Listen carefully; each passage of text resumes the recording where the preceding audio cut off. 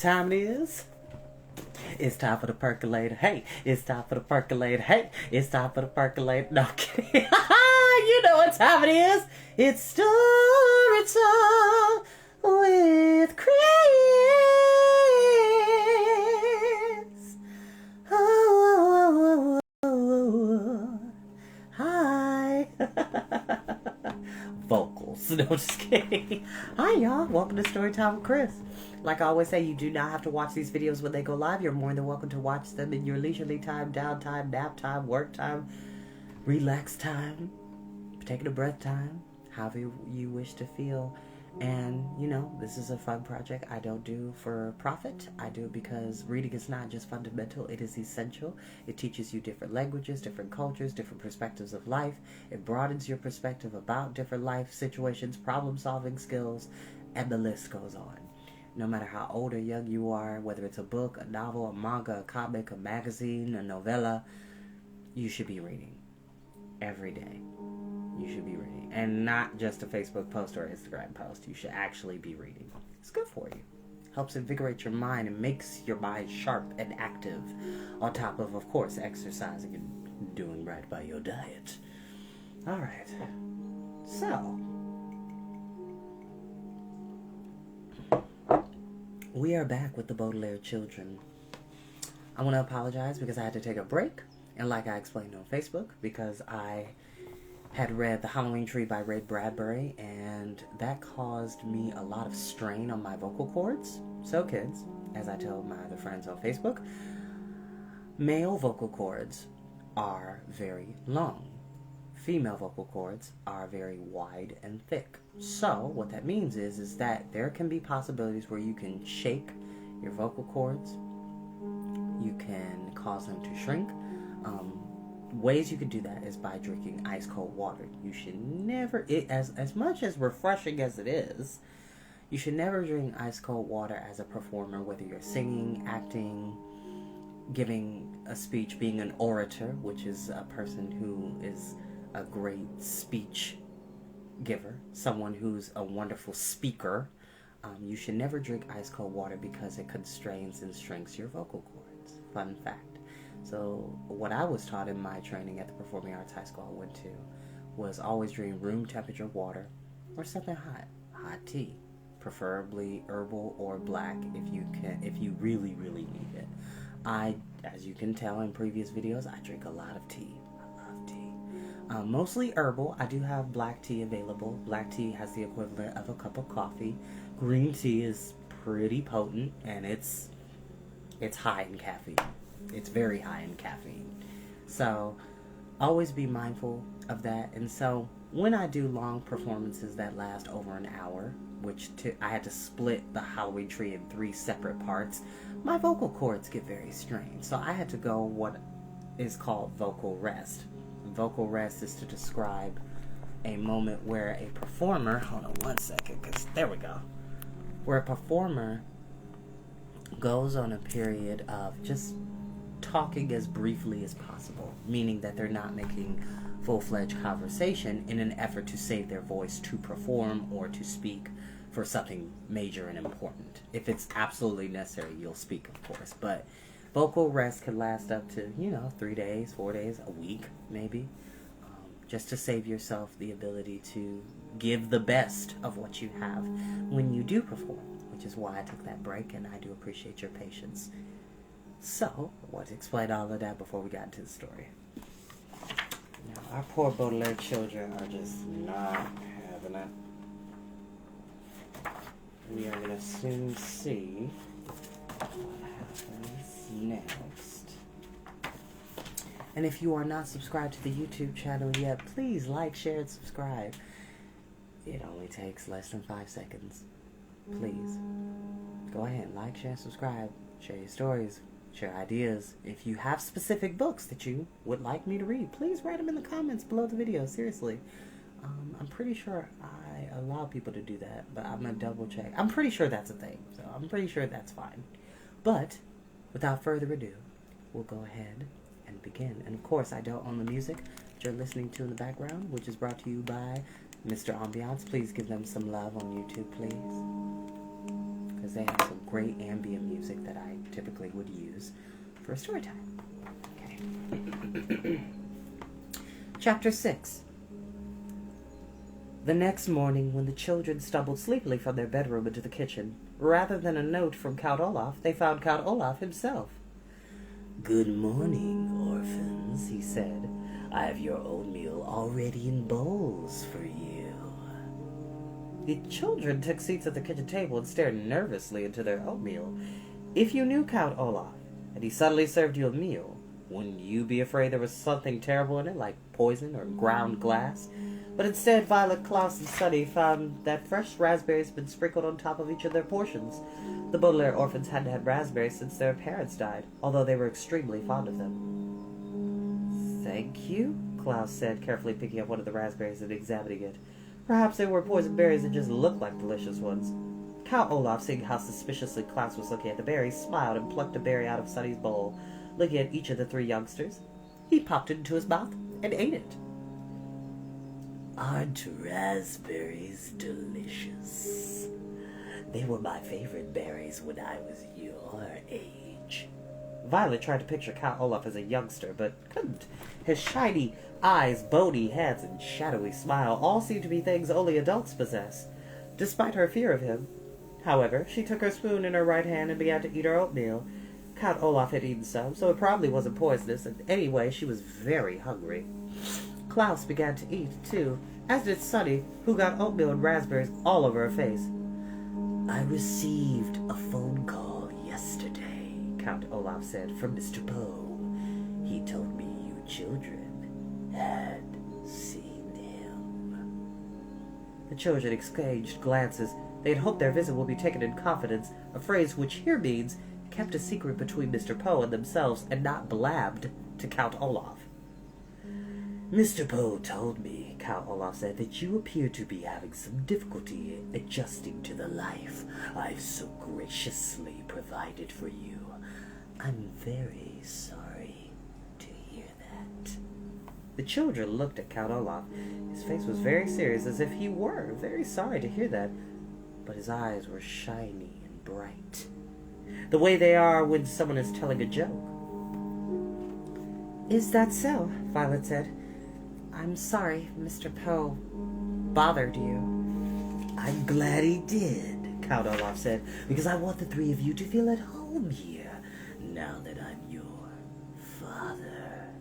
Children shuddered a little at that, remembering their own kind father and gazing sadly at the poor substitute now sitting across the table from them. "Lately," Count Olaf said, "I've been very nervous about my performances with the theater troupe, and I'm afraid I may have acted a bit standoffish." The word standoffish as a wonderful one. Hold on one second, y'all. There's a reason why I'm squinting, because I don't have my glasses on. It's important to wear your glasses. Sorry. The word standoffish is a wonderful word, but it does not describe Count Olaf's behavior toward the children. It means reluctant to associate with others, and it might describe someone who, during a party, would stand in a corner and not talk to anyone. It would not describe someone who provides one bed for 3 people to sleep in, forces them to do horrible chores, and strikes them across the face. There are many words for people like that. Standoffish is not one of them. Klaus knew the word standoffish and almost laughed out loud at Olaf's incorrect use of it, but his face still had a bruise on it, so Klaus remained silent. "Therefore, to make you feel a little more at home here, I would like to have you participate in my next play. Perhaps if you took part in the work I do, you would be less likely to run off complaining to Mr. Poe." "In what way would we participate?" Violet asked. She was thinking of all the chores they had already did for Count Olaf and was not in the mood to do more. "Well," Count Olaf said, his eyes shining brightly, "the play is called The Marvelous Marriage, and it is written by the great playwright Alfunkut. He will give only one performance on this Friday night. It is about a man who is very brave and intelligent, played by me. In the finale, he marries the young, beautiful woman he loves in front of a crowd of cheering people. You, Klaus, and you, Sunny, will play some of the cheering people in the crowd. But we're shorter than most adults, Klaus said. Won't that look strange to the audience?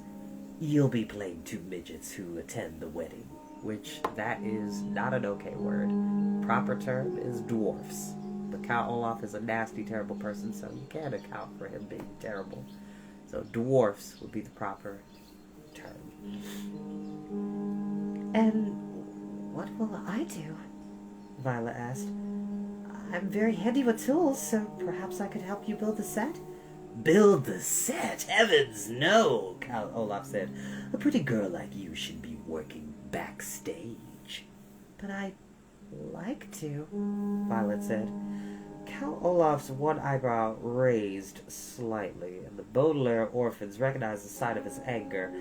But then the eyebrow went down again as he forced himself to calm. But I have such an important role for you on stage, he said. You are going to play the young woman I marry. Violet felt her oatmeal and raspberries shift around in her stomach as if she had just caught a flu. It was bad enough having Count Olaf acting in loco parentis and announcing himself as their father, but to consider this man her husband, even for the purposes of a play, was even more dreadful. It is a very important role, he continued, his mouth curling up into an unconvincing smile, although you have no lines other than I do, which you will say when Justice Strauss asks you if you will have me. Justice Strauss? Violet said. What does she have to do with it? She has agreed to play the part of the judge, Count Olaf said. Behind him, one of the eyes painted on the kitchen walls closely watched over each of the Baudelaire children.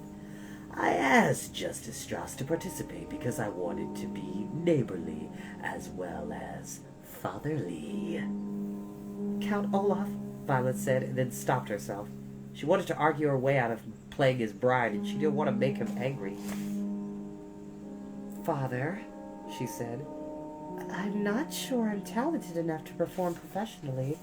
I would hate to disgrace your good name in the name of Alfred von Kut. Plus, I'll be very busy in the next few weeks working on my inventions and learning how to prepare roast beef, she added quickly, remember how he had behaved about dinner. Count Olaf reached out one of his spidery hands and stroked Violet on the chin, looking deep into her eyes.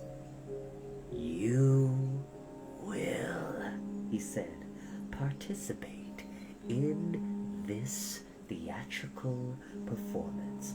I would prefer if you would participate voluntarily, but as I believe Mr. Poe explained to you, I can order you to participate, and you must obey. Olaf's sharp and dirty fingernails gently scratched on Violet's chin, and she shivered. The room was very, very quiet, as Olaf finally let go and stood up and left without a word. The Baudelaire children listened to his heavy footsteps go up the stairs to the tower they were forbidden to enter. Well, Klaus said hesitantly, I guess it won't hurt to be in the play. Excuse me. It seems to be very important to him, and we want to keep on his good side. But he must be up to something, Violet said. You don't think those berries were poisoned, do you? Klaus asked worriedly.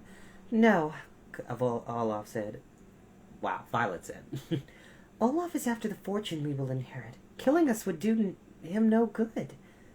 But what does it do to him to have us be in this stupid play?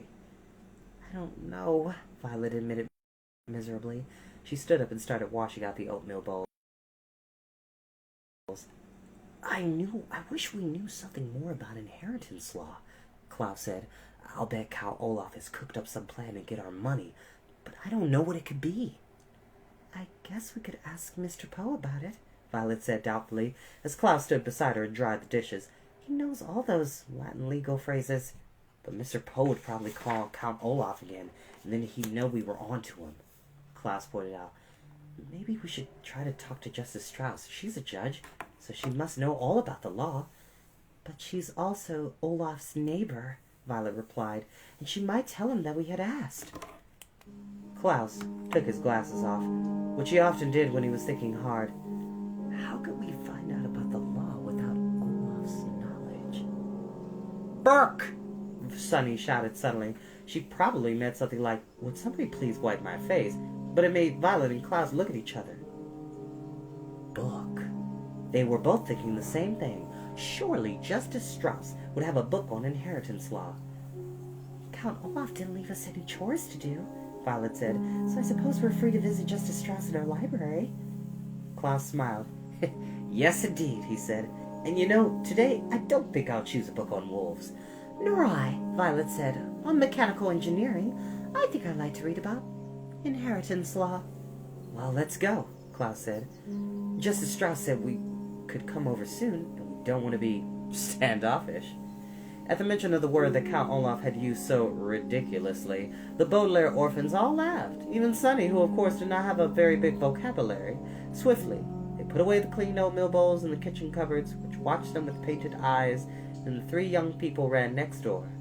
Friday, the day of the performance, was only a few days off, and the children wanted to figure out Count Olaf's plan as quickly as possible.